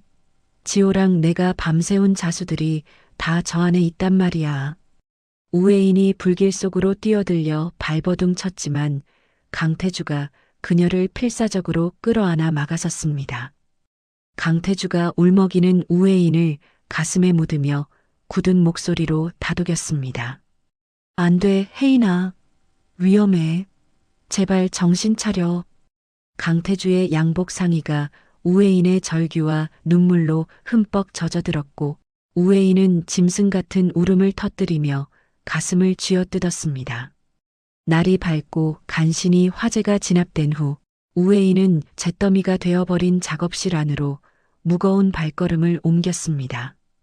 어제까지만 해도 찬란한 빛을 내뿜던 비단들은 검은 숫덩이가 되어 발에 밟힐 때마다 비참하게 바스러졌습니다. 우회인의 혼이 담겼던 자수들은 형체를 알아볼 수 없을 정도로 녹아내려 검게 타버렸습니다. 지호는 타버린 마네킹 옆에서 머리를 감싸 쥐고 소리 없이 흐느끼고 있었습니다. 우회인은 넋이 나간 사람처럼 타다 남은 바늘 한 개를 주워들고 멍하니 서 있었습니다. 그때 비서실장이 어두운 표정으로 다가와 강태주 회장에게 서류 뭉치를 내밀었습니다. 비서실장이 주위를 살피며 낮은 목소리로 긴급한 보고를 올렸습니다. 회장님, 상황이 아주 심상치 않습니다. 단순히 불이 난 게 아닙니다. 강태주가 미간을 찌푸리며 비서실장을 쏘아보며 물었습니다. 무슨 소리야? 화재 원인이라도 나온 건가? 비서실장이 신문 기사를 띄운 태블릿을 내밀며 조심스럽게 대답했습니다. 라비앙 측에서 기다렸다는 듯이 기사를 냈습니다. 다나의 의상들이 제작 과정에서 검증되지 않은 불량 원단을 사용해 발화 위험이 있었다는 루머를 퍼뜨리고 있어요. 강태주의 눈빛이 살벌하게 번뜩이며 서류를 움켜쥐었습니다. 라비앙 놈들, 기어이 이런 비열한 짓까지 저지르다니. 단순히 옷을 태운 게 아니라 혜인의 인생과 명예까지 통째로 태우려 드는구나. 수출 계약을 맺은 해외 바이어들이 이번 화재와 안전성 논란을 빌미로 일제히 계약 파기를 통보해 왔습니다. 우회인은 충격으로 인해 그날 이후 말문을 닫아버리고 식음을 전폐한 채 방 안에 틀어박혔습니다. 작업실을 잃은 슬픔보다 누군가 자신의 진심을 이토록 잔인하게 짓밟고 모함했다는 사실이 우회인의 영혼을 갈기갈기 찢어놓았습니다. 강태주는 침대에 누워 초점 없는 눈으로 천장만 바라보는 아내를 지켜보며 피가 거꾸로 솟는 분노를 느꼈습니다. 강태주는 즉시 그룹의 보안팀과 전문 사설 탐정들을 가동해 화재 현장의 모든 흔적을 샅샅이 뒤지기 시작했습니다.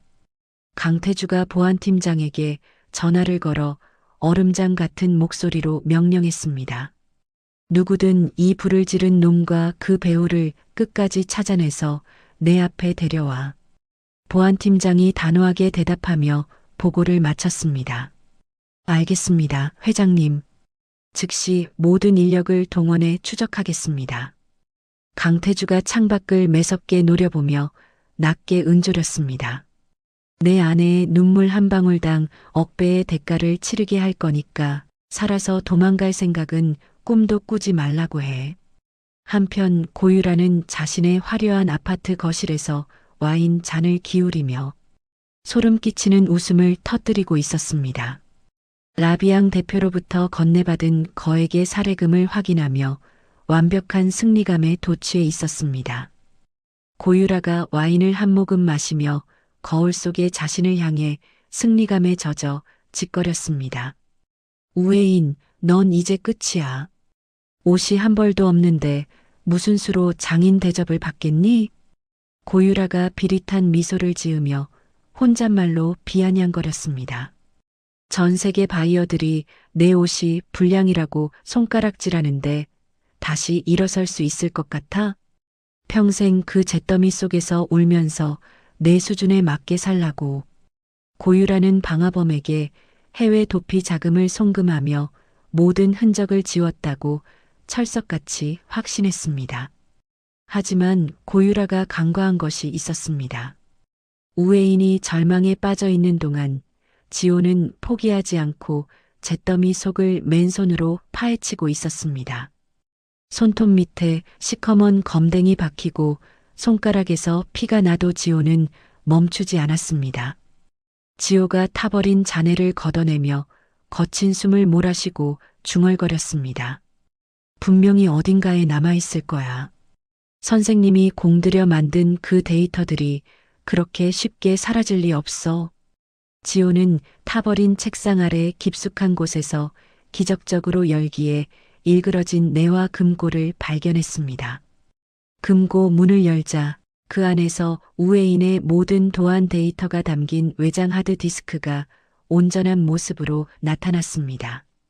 지호가 그것을 꺼내 들고 미친 사람처럼 환호성을 질렀습니다. 지호는 그 길로 우회인이 집거 중인 집으로 달려가 문이 부서져라 두드렸습니다. 지호가 문틈에 대고 목이 터져라 절규하듯 외쳤습니다. 선생님, 제발 문 좀 열어보세요. 우리 아직 안 끝났단 말이에요. 우회인이 힘없는 발걸음으로 다가와 문을 열자 지호가 하드디스크를 내밀었습니다. 이거 보세요.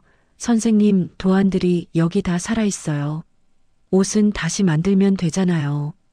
우회인이 지호의 눈에 고인 진심을 확인하며 힘겹게 입을 뗐습니다. 지호야, 정말 이게 무사한 거니? 지호가 고개를 세게 끄덕이며 우회인의 손을 잡았습니다. 선생님 손만 있으면 우리는 100번이고 1000번이고 다시 시작할 수 있어요. 우회인은 지호가 내미는 하드디스크를 보고 다시 눈물을 쏟아냈습니다. 하지만 이번에는 절망의 눈물이 아니라 다시 바늘을 잡을 수 있다는 희망의 뜨거운 눈물이었습니다. 강태주 회장도 그 시각 보안팀으로부터 결정적인 보고를 받았습니다. 보안팀장이 태블릿 PC를 내밀며 날카로운 눈빛으로 보고를 올렸습니다. 회장님, 건물 외곽 구석에 숨겨져 있던 구형 사설 CCTV 영상 하나를 복원하는 데 성공했습니다. 강태주가 영상 속 차량을 가리키며 낮은 목소리로 물었습니다. 이 차 누구 명의인가? 보안팀장이 서류를 내밀며 단호하게 대답했습니다. 확인 결과 그 차주는 고유라의 친인척 명의로 등록되어 있습니다. 강태주의 입가에 소름 끼치도록 차가운 미소가 걸렸습니다. 강태주가 번호판 사진을 손가락으로 가리키며 차갑게 을조렸습니다. 쥐새끼가 드디어 꼬리를 잡혔군. 고유라, 네가 지른 그 불이 결국 내 집구석을 태우게 될 거다. 우회인은 지호의 손을 잡고 다시 매캐한 냄새가 진동하는 작업실터로 향했습니다. 잿더미 속에서도 우회인은 다시 바늘통을 챙기며 눈빛을 반짝였습니다. 우회인이 지호의 손을 꼭 잡으며 결연한 표정으로 말했습니다. 지호야, 우리 처음부터 다시 시작하자. 지호가 밝은 미소로 화답하며 대답했습니다. 네, 선생님. 제가 원단부터 다시 구해올게요. 우회인이 타버린 마네킹을 세우며 힘주어 덧붙였습니다. 불에 타지 않는 진심이 무엇인지, 장인의 혼이 깃든 옷이 어떤 것인지 저들에게 똑똑히 보여주자. 나 이제 더 이상 울지 않을 거야. 우회인의 선언과 함께 지호는 다시 원단을 준비하기 시작했습니다. 잿더미 위에서 피어날 우회인의 처절하고도 우아한 복수국이 서서히 태동하고 있었습니다. 작업실이 불타버린 지 사흘째 되는 날, 우회인은 임시로 마련한 좁고 어두운 공방에서 다시 바늘을 잡았습니다. 코끝을 찌르는 매캐한 탄내가 여전히 옷깃에 남아 숨을 쉴 때마다 가슴을 아리게 했지만 우회인의 눈빛은 그 어느 때보다 날카롭게 빛나고 있습니다. 우회인은 이지호가 구해온 새하얀 명주 원단을 떨리는 손길로 어루만지며 타버린 도안들을 머릿속에서 하나하나 다시 끄집어내어 원단 위에 새깁니다. 이지호는 퉁퉁 부은 눈으로 밤을 새워가며 스승의 곁을 지켰고 원단을 다듬고 실을 고르는 손길에는 한치의 오차도 허용하지 않겠다는 의지가 가득했습니다. 정적만이 흐르던 공방의 새벽 공기를 가르며 우회인이 바늘귀에 실을 꿰고는 낮고 단단한 목소리로 이지호에게 입을 뗍니다. 지호야, 가짜는 아무리 화려하게 흉내를 내도 결국 알맹이 없는 껍데기일 뿐이란다. 이지호가 가위질을 멈추고 스승의 피로한 얼굴을 살피며 걱정스러운 목소리로 대답했습니다. 선생님, 라비앙 그놈들이 우리 디자인으로 벌써 백화점 한복판에 팝업 매장까지 열었다고 해요. 사람들은 그게 진짜인 줄 알고 줄을 서서 산다는데 정말 우리가 이대로 가만히 있어도 괜찮을까요? 우회인이 입가에 서늘한 미소를 띄우며 한 땀 한 땀 정교한 바느질을 시작했습니다. 그들이 훔쳐간 건 눈에 보이는 겉모양이지 내 손끝이 기억하는 숨겨진 기술까지 가져가지는 못했어. 오늘 밤 안으로 내가 우리 옷에만 들어가는 이중 박음질을 다시 완벽하게 구현할 거다. 우회인이 말하는 이중 박음질은 겉으로 실밥이 전혀 보이지 않으면서도 옷의 형태를 단단하게 잡아주는 장인만의 비기입니다. 이 기술은 옷을 뒤집어 보지 않는 이상 절대 알 수 없으며 억지로 흉내내기 위해 옷을 뜯는 순간 원단이 갈기갈기 상하게 설계되어 있죠. 우회인은 손가락 마디마디에 피가 배어나와 귀한 원단을 적실까봐 반창고를 칭칭 감고 고통을 참아가며 작업을 이어갔습니다. 이지호가 김이 모락모락 나는 따뜻한 차 한 잔을 내려 우회인의 곁에 놓으며 조심스럽게 말을 건넵니다. 선생님, 손이 저렇게 다 망가졌는데 조금만 쉬었다가 하세요. 회장님 오셔서 보시면 정말 가슴 아파하실 거예요. 우회인이 차에는 눈길도 주지 않은 채 바늘을 기계처럼 정교하게 움직이며 대답했습니다. 내 몸이 조금 아픈 것보다 내 자식 같은 옷들이 세상에서 도둑놈 취급받는 게 100배는 더 아픈 법이야. 내가 눈을 뜨고 살아있는 한 우리 다나의 옷이 가짜로 불리는 일은 절대 없을 거다. 한편 강태주 회장은 로열그룹 본사 집무실에서 보안팀의 보고를 받으며 터져나오려는 분노를 간신히 사귀고 있었습니다. 강태주의 넓은 책상 위에는 라비앙의 카피 제품 사진과 우회인의 진품 디자인 비교표가 어지럽게 널려 있어 상황의 긴박함을 보여줍니다. 보안팀장이 태블릿 화면을 내밀며 방화범의 이동 경로와 실시간 통화 기록이 담긴 복잡한 지도를 강태주에게 보여줍니다. 강태주가 미간을 짓누르며 곁에 선 비서실장에게 얼음장처럼 차가운 목소리로 물었습니다. 고유라가 그 방화범이랑 마지막으로 은밀하게 연락한 장소가 어디라고 했지? 비서실장이 신속하게 서류를 넘기며 단호하고 빠른 어조로 대답했습니다. 인천공항 근처의 한 호텔입니다. 오늘 저녁 8시 비행기로 출국하기 위해 예약까지 마친 상태입니다. 강태주가 의자에서 벌떡 일어나 창밖의 어두운 야경을 보며 주먹을 꽉 쥐고 서늘한 명령을 내렸습니다. 김 실장, 지금 당장 공항경찰대에 비밀리에 협조 요청하고 우리 쪽 정예 경호 인력도 전부 보내. 내 아내를 울리고 도망치려는 대가가 어떤 건지 고유라, 그 여자가 뼈저리게 느끼게 해줄 테니까. 강태주의 명령이 떨어지자마자 일사불란하게 움직이는 수행원들의 무거운 발소리가 복도 끝까지 울려 퍼졌습니다. 강태주는 곧바로 집무실을 빠져나와 지하 주차장으로 향하며 입술을 굳게 다물었습니다. 다시 임시 공방으로 돌아온 우회인은 드디어 피날레 의상의 가장 중요한 안감을 완성해 가고 있었습니다. 우회인이 옷의 안쪽을 가리키며 이지호에게 힘주어 설명했습니다. 자, 보렴. 이게 바로 다나만에 숨겨진 바느질이자 장인의 혼이란다.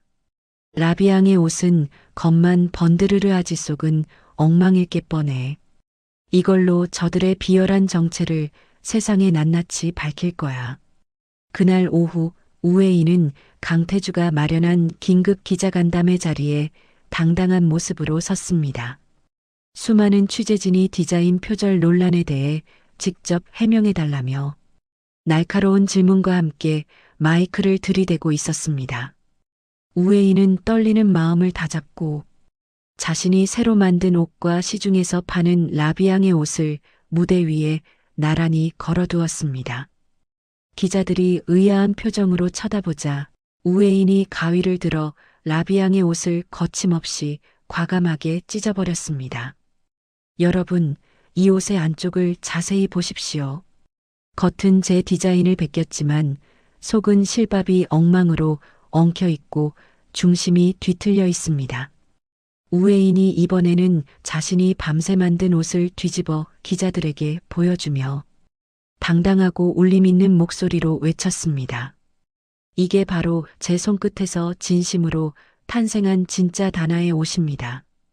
누구도 흉내낼 수 없는 이중 박음질과 안감에 숨겨진 비밀 자수, 이것이 제가 장인으로서 증명하는 유일한 진실입니다.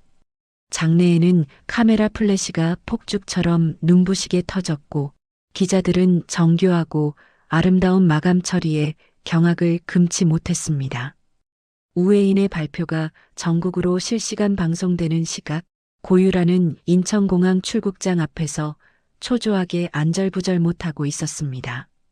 고유라는 커다란 선글라스로 얼굴을 반쯤 가린 채 주위를 살피며 비행기 탑승 시간이 오기만을 간절히 기다립니다.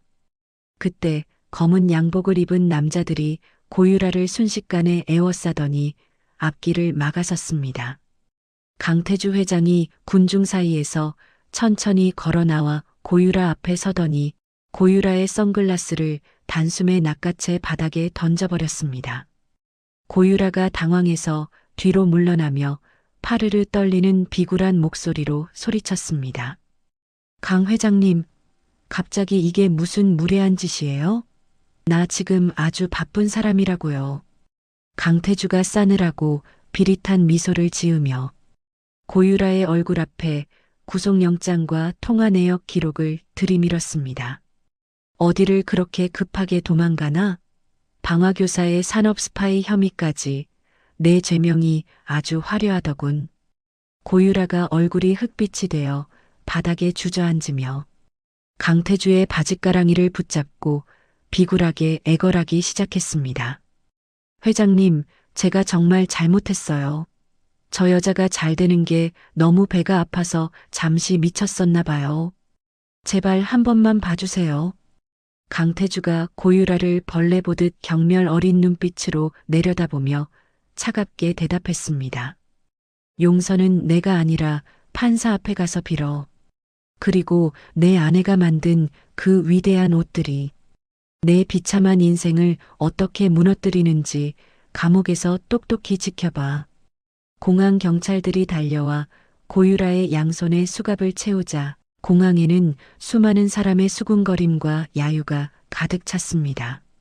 고유라가 비명을 지르며 질질 끌려가는 비참한 모습은 고스란히 뉴스 카메라에 담겨 전국 방방곡곡으로 퍼져나갔습니다. 라비앙의 대표 역시 고유라와의 공모 사실이 낱낱이 밝혀지며 긴급 체포되었고 전국 매장은 즉시 폐쇄 조치되었습니다. 화가 난 시민들은 장인의 혼을 훔친 비겁한 가짜 브랜드라며 라비앙 제품 불매 운동을 거세게 벌이기 시작했습니다. 어느덧 해가 지고 은은한 달빛이 내려앉은 깊은 밤, 강태주는 우웨인의 임시 공방을 다시 찾았습니다. 우웨인은 모든 일이 끝났다는 안도감에 바늘을 내려놓고 낡은 의자에 기대어 잠시 쉬고 있었습니다. 강태주가 아내의 거칠어진 손을 자기 뺨에 부드럽게 대며 눈시울을 붉혔습니다.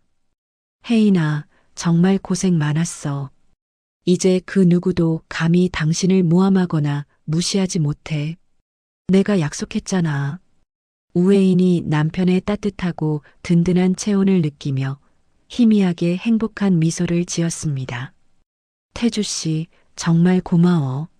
내 손끝에 진실이 있다는 걸 당신이 끝까지 믿어준 덕분에 제가 다시 일어설 수 있었어. 이지호가 공방문을 벌컥 열고 들어와 활짝 웃으며 큰 소리로 기쁜 소식을 외쳤습니다. 선생님, 회장님, 지금 전 세계에서 다나의 옷을 사겠다는 주문이 다시 미친 듯이 쏟아지고 있어요. 방금 앙리 선생님께서도 이번 역경을 실력으로 이겨낸 선생님이 이 시대의 진정한 영웅이라고 찬사를 보내셨대요. 세 사람은 잿더미 위에서 다시 기적처럼 피어난 다나의 성공을 확인하며 서로의 손을 꼭 맞잡았습니다. 타버린 원단 더미 속에서 찾아낸 단 한 개의 작은 바늘이 결국 거대한 악의 무리를 완벽하게 무너뜨린 것입니다. 우회인의 명예는 그 어느 때보다 찬란하고 고결하게 회복되었고 다시 일어선 장인의 뒤로 새로운 희망의 새벽이 밝고 환하게 서서히 밝아오고 있었습니다.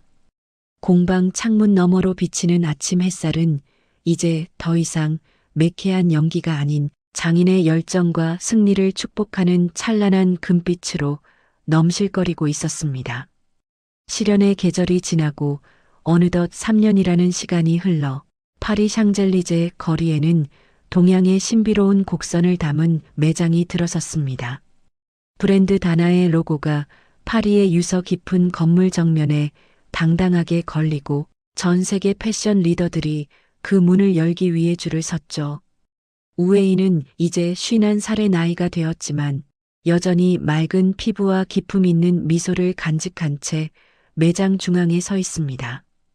우웨인이 직접 수놓은 비단 자수 드레스는 한 벌에 수억 원을 호가하며 유럽 귀족들이 가장 소유하고 싶어하는 예술품이 되었습니다.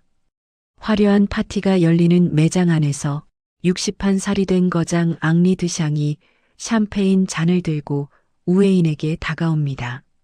앙리가 경이로운 눈빛으로 우웨인의 손을 바라보며 감격에 젖은 목소리로 찬사를 보냅니다.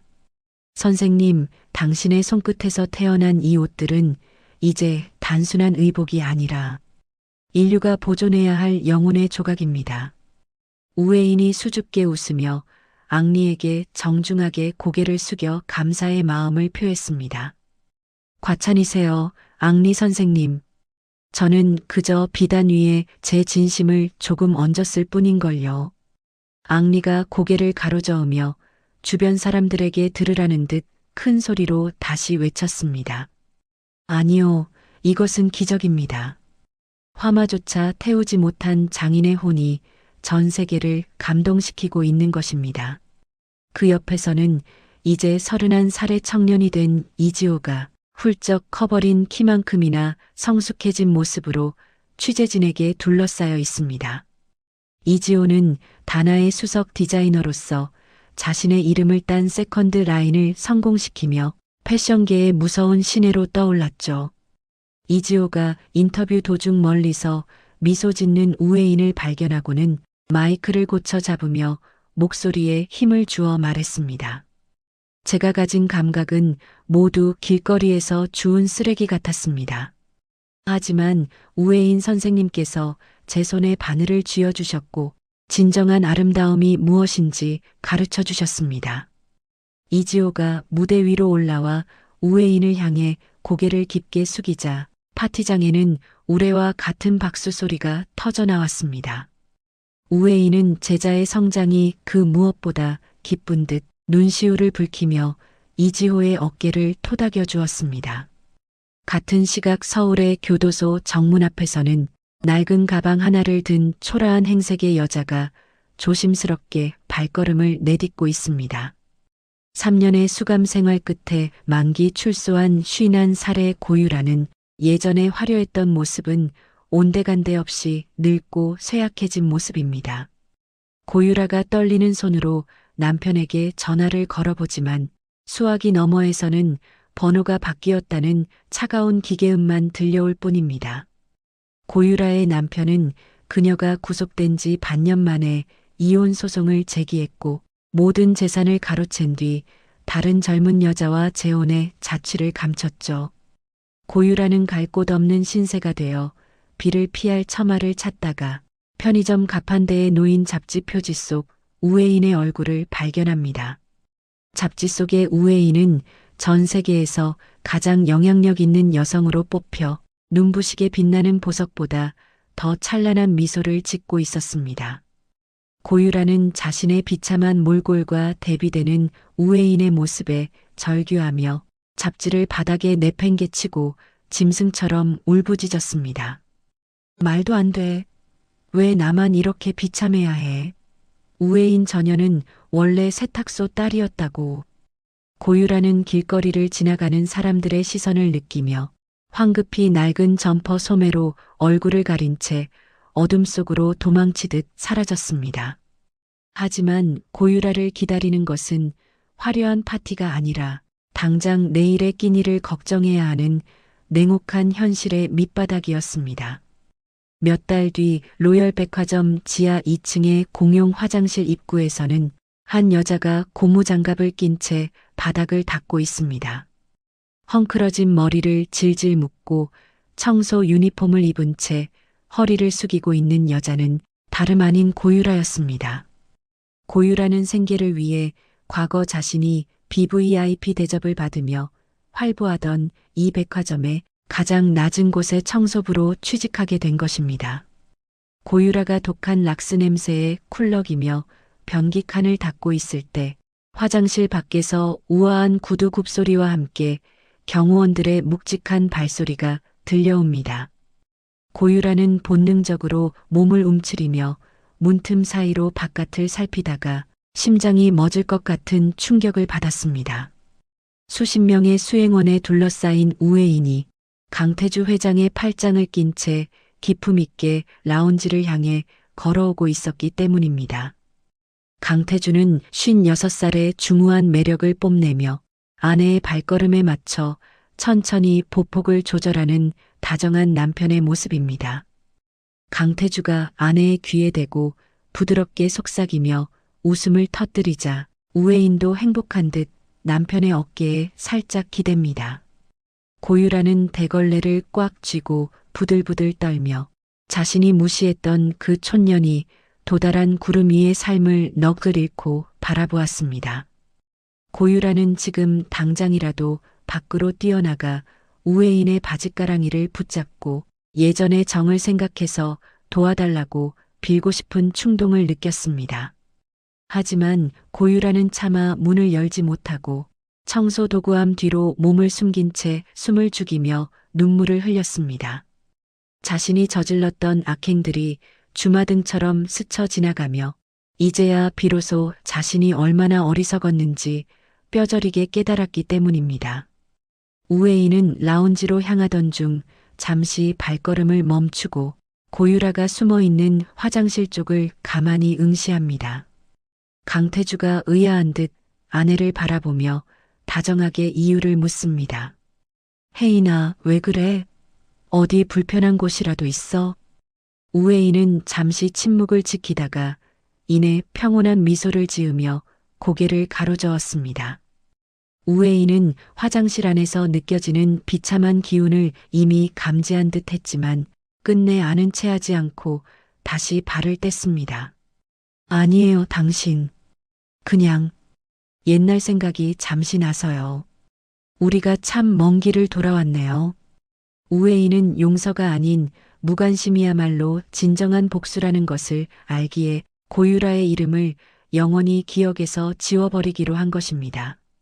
강태주가 아내의 손을 더욱 꽉 쥐어주며 든든한 목소리로 아내의 마음을 위로했습니다. 그동안 고생 많았어. 이제부터는 당신의 시간이야. 그 누구도 당신의 평화를 방해하지 못하게 내가 지켜줄게. 두 부부의 뒷모습이 라운지의 황금빛 조명 속으로 서서히 사라지고 고유라는 그제야 바닥에 주저앉아 통곡했습니다. 모든 행사가 끝난 늦은 밤, 우회인은 강태주와 함께 어린 시절 추억이 깃든 낡은 전통시장 골목을 찾았습니다. 현대적인 고층 빌딩 숲 사이에 여전히 남아있는 작은 세탁소와 공방들이 정겨운 불빛을 내뿜고 있습니다. 우회인은 강태주의 어깨에 머리를 기대고 밤하늘에 떠있는 밝은 보름달을 보며 깊은 한숨을 내쉬었습니다. 태주 씨, 나는 가끔 무서워요. 이 모든 성공이 한순간의 꿈처럼 사라질까 봐요. 강태주가 아내의 허리를 감싸 안으며 밤 공기보다 더 따뜻한 목소리로 대답했습니다. 혜인아, 이건 꿈이 아니야. 당신이 바늘기에 실을 꿰며 보냈던 그 수만 번의 시간이 만들어낸 진실이야. 우회인은 가방에서 작고 낡은 바늘 하나를 꺼내 달빛에 비추어 보았습니다. 그 바늘은 화재 속에서도 살아남았고 고유라의 음모 속에서도 꺾이지 않았던 우회인의 영혼과도 같은 물건입니다. 우회인이 바늘을 손에 꼭 쥐며 나직하지만 울림 있는 목소리로 세상 모든 장인에게 전하듯 을조렸습니다. 진정한 명품은 가격표에 있는 게 아니었어요. 그것을 만드는 사람의 손길과 시련 속에서도 지켜낸 그 사람의 품격에 있었던 거죠.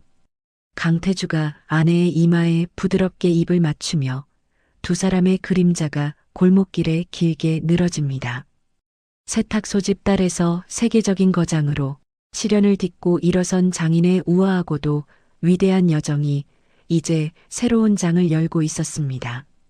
우회인과 강태주 두 사람은 서로의 손을 맞잡은 채 보름달을 향해 천천히 걸어갔습니다. 골목 안쪽에서는 누군가 늦은 밤까지 미싱을 돌리는 소리가 리드미컬하게 들려오며 새로운 희망을 노래하고 있었습니다. 가장 낮은 곳에서 시작해 가장 높은 곳에 닿은 우회인의 삶은 이제 수많은 사람에게 영감이 되어 찬란하게 빛나고 있었습니다. 잿더미 속에서도 결코 타지 않았던 장인의 자부심이 깊어가는 밤을 따뜻하게 비추며 긴 이야기에 막을 내립니다. 우회인의 입가에 걸린 평온한 미소는 이제 그 어떤 풍파에도 흔들리지 않을 만큼 단단하고 아름다웠습니다. 세상의 모든 조롱과 무시를 이겨낸 진정한 승자는 오직 자신의 진심을 믿고 묵묵히 길을 걸어온 우회인 바로 그녀였습니다. 겉모습만 보고 사람을 판단했던 동창들의 최후를 보니 참 많은 생각이 드는 이야기였습니다. 진정한 명품은 화려한 브랜드가 아니라 시련 속에서도 묵묵히 자신의 길을 걷는 사람의 품격에서 완성된다는 사실을 다시금 깨닫게 됩니다. 혹시 지금 힘든 시간을 보내고 계신 분이 있다면 혜인 씨처럼 여러분 안에 숨겨진 고귀한 가치를 믿고 끝까지 힘내셨으면 좋겠습니다. 남을 깎아내려 얻은 행복은 결국 모래성처럼 허무하게 무너진다는 사실도 우리 모두 잊지 말아야겠지요. 오늘 이야기가 여러분의 가슴속에 따뜻한 위로와 통쾌한 울림이 되었기를 진심으로 바랍니다. 이야기를 끝까지 들어주신 분이 계시다면 잘 들었다고 댓글 하나만 남겨주세요. 지금까지 똑순이 사랑방이었습니다. 감사합니다.